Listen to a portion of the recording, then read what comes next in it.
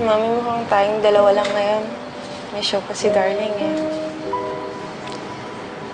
Di okay, anak. Makakapag-banding tayong dalawa. Wala mo parang umasking yung ganito.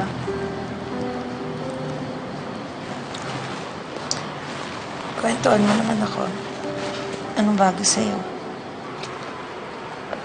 Kwento?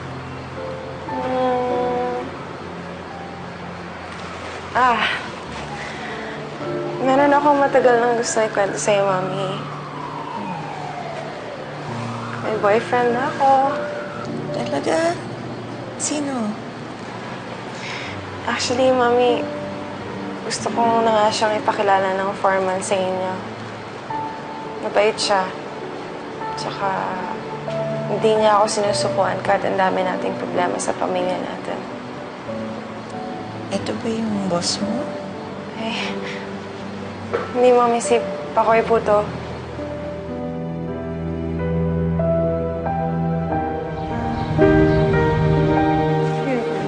Ma'am, sorry po. May dinaanan lang po ako. Ikaw na lang nasa dito. Pagka sinabi ko, Okay na ba yan? uy, selfie naman tayo, Pakoy. Isa pa. Oops. Teka. Bawal yan. Baka mag-away na naman kami ng love ko. Kiss lang naman eh. Selosa naman ng girlfriend mo.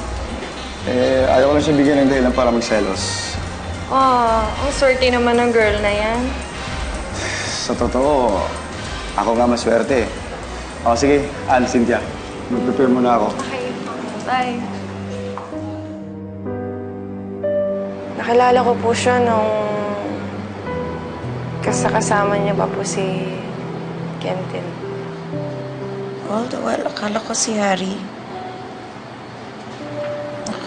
Sorry, anak. Wala na yan, Mami. Tanggap ko na hindi kami para sa isa't isa. Si Pakoy na ngayon ang mahal ko.